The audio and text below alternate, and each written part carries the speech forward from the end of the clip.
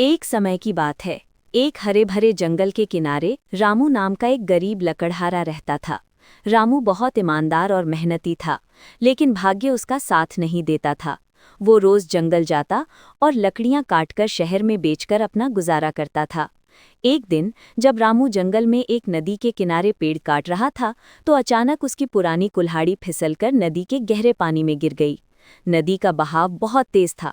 रामू ने उसे ढूंढने की बहुत कोशिश की, पर सब बेकार। वो नदी के किनारे दुखी होकर रोने लगा। हाय, अब मैं लकड़ी कैसे काटूंगा? मेरे बच्चों को खाना कहाँ से खिलाऊंगा? तभी पानी में से एक चमकीली सुनहरी मछली बाहर आई।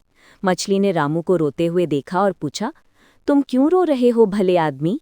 रामू ने अपनी सारी बात मछली को बताई। मछली बोली, चिंता मत करो, मैं तुम्हारी मदद करूंगी।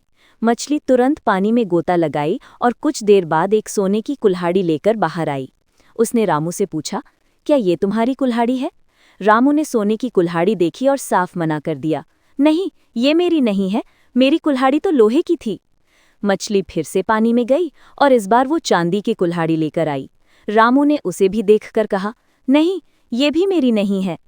मछली तीसरी बार पानी में गई और इस बार वो रामू की पुरानी घिसी हुई लोहे की कुल्हाड़ी लेकर आई।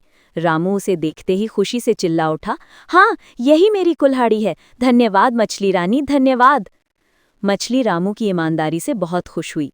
उसने कहा, रामू, तुम्हारी ईमानदारी ने मेरा दिल जीत लिया, मैं तुम्हें इनाम देना चाहती हूँ। यह कहकर मछली ने रामू को वो पुरानी लोहे की कुल्हाड़ी वापस दी और साथ ही जादू से भरी एक नई कुल्हाड़ी भी दी।